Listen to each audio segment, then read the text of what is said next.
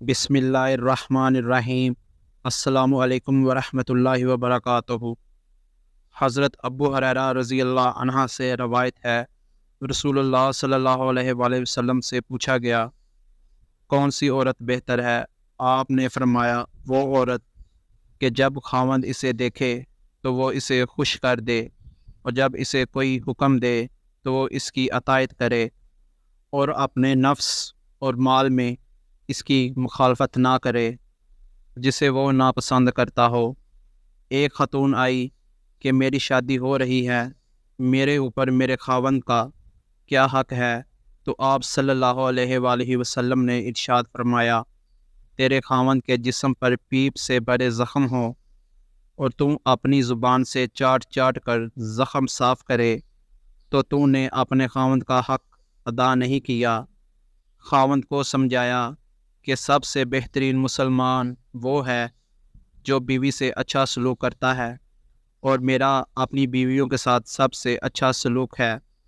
آپ ہمیں معاشرات سکھا رہے ہیں۔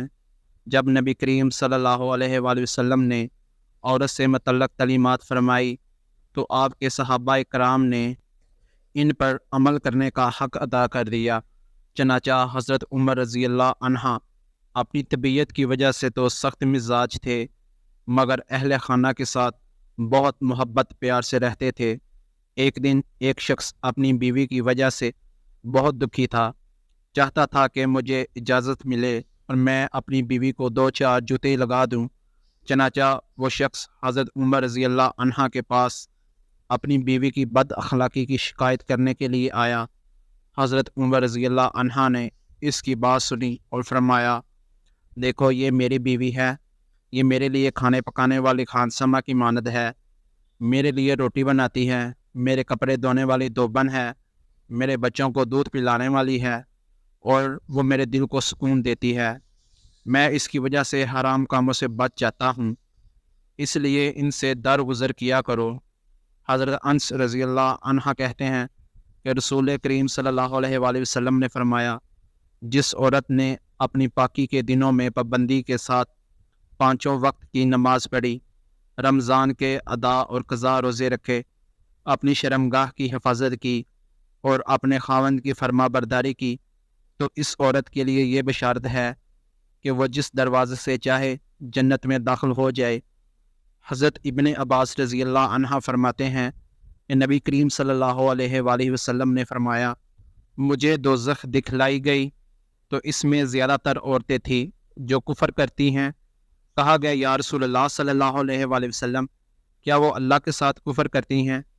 آپ صلی اللہ علیہ وآلہ وسلم نے فرمایا کہ خاوند کی ناشکری کرتی ہیں اور احسان کی ناشکری کرتی ہیں۔ اگر تم عمر بھر ان میں سے کسی کے ساتھ احسان کرتے رہو، پھر تمہاری طرف سے کبھی کوئی ان کے خیال میں ناگواری کی بات ہو جائے تو فوراً کہہ اٹھیں گی کہ میں نے کبھی بھی تجھ سے کوئی بلائی نہیں دیکھی۔ مولانا طارق جمیل صاحب نے اپنے ایک بیان میں فرمایا، پہلا بنیادی رشتہ خاوند اور بیوی ہے، اور آخری رشتہ بھی خاوند اور بیوی ہے۔ آپ صلی اللہ علیہ وآلہ وسلم سے پوچھا گیا، یا رسول اللہ صلی اللہ علیہ وآلہ وسلم، آپ کو سب سے زیادہ کس سے پیار ہے؟ تو آپ صلی اللہ علیہ وآلہ وسلم نے فرمایا، عائشہ صدیقہ رضی اللہ عنہا سے۔ پھر پوچھا گیا تو آپ صلی اللہ علیہ وآلہ وسلم نے فرمایا کہ ابوہا، کہ مجھے عائشہ کے باپ سے زیادہ پیار ہے۔ اماں عائشہ رضی اللہ عنہا چھوٹی عمر کی تھی۔ آپ صلی اللہ علیہ وآلہ وسلم انہیں آٹا گوندھ کر دیتے تھے۔ جب ان کو آٹا گوندھنا آ گیا تو پھر چھوڑ دیا۔ ان کو سامنے بٹھا کر لقمے بنا کر کھلاتے تھے۔ پھر حضرت عائشہ رضی اللہ عنہا کوئی گوشت کا ٹکڑا اٹھا کر 2-4 جگہ سے نوچ کر رکھ دیتی تھی، تو اللہ کے نبی صلی اللہ علیہ وآلہ وسلم اسی کو اٹھاتے اور حضرت عائشہ رضی اللہ عنہا کو دکھاتے اور وہیں سے تناول فرماتے جہاں سے حضرت عائشہ رضی اللہ عنہا نے تناول فرمایا ہوتا تھا۔ اور اسی طرح حضرت عائشہ رضی اللہ عنہا ایک گلاس اٹھاتی اور اس میں سے پانی پیتی تو حضور صلی اللہ علیہ وآلہ وسلم وہیں گلاس اٹھاتے اور وہیں سے پانی پیتے جہاں حضرت عائشہ رضی اللہ عنہا کے ہونٹ لگے ہوتے۔ یہ سب میرے نبی صلی اللہ علیہ وآلہ وسلم کی معاشرت ہے، یہ میرے نبی کی زندگی ہے۔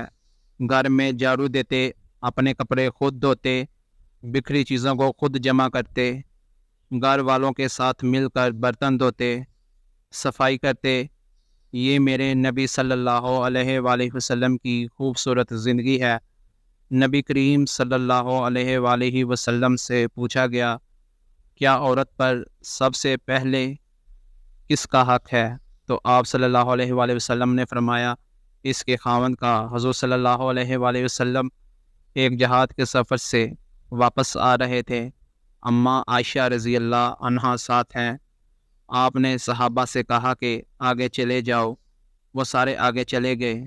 جب سارے نظروں سے غائب ہو گئے تو آپ صلی اللہ علیہ وآلہ وسلم نے فرمایا، عائشہ دوڑ لگاؤ گی میرے ساتھ؟ فرمایا، جی ہاں لگاؤں گی۔ تو حضرت عائشہ رضی اللہ عنہا فرماتی ہیں کہ میں آگے نکل گئی، اللہ کے نبی صلی اللہ علیہ وآلہ وسلم پیچھے رہ گئے، چاہے آپ جان بوجھ کر ہی دل جوئی کے لیے آہستہ ہوئے ہوں۔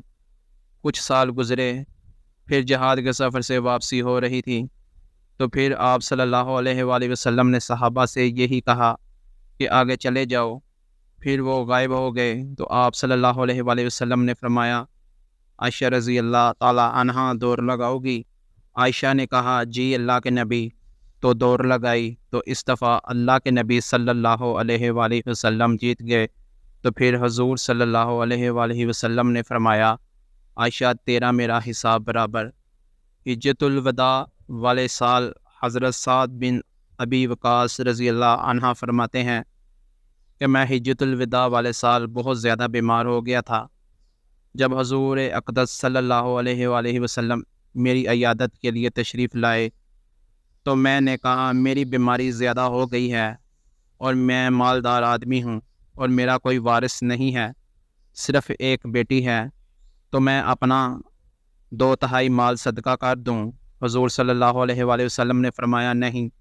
میں نے کہا، آدھا مال صدقہ کر دوں؟ آپ صلی اللہ علیہ وآلہ وسلم نے فرمایا، ہاں، 1/3 مال صدقہ کر دو، اور 1/2 بھی بہت ہے، تم اپنے ورثہ کو مالدار چھوڑ کر جاؤ، یہ اس سے بہتر ہے کہ تم ان کو فقیر چھوڑ کر جاؤ اور وہ لوگوں کے سامنے ہاتھ پھیلاتے پھریں، اور تم جو بھی خرچ اللہ کی رضا کے لیے کرو گے اس پر تمہیں اللہ کی طرف سے اجر ضرور ملے گا، حتیٰ کہ تم جو لقمہ اپنی بیوی کے منہ میں ڈالو گے اس پر بھی اجر ملے گا۔ رسول اللہ صلی اللہ علیہ وآلہ وسلم نے فرمایا، اگر کوئی مرد اپنی عورت کو ہم بستر ہونے کے لیے بلائے اور وہ انکار کر دے، اور پھر شوہر اس انکار کی وجہ سے رات بھر غصے کی حالت میں رہے، تو فرشتے اس عورت پر صبح تک لعنت بھیجتے رہتے ہیں۔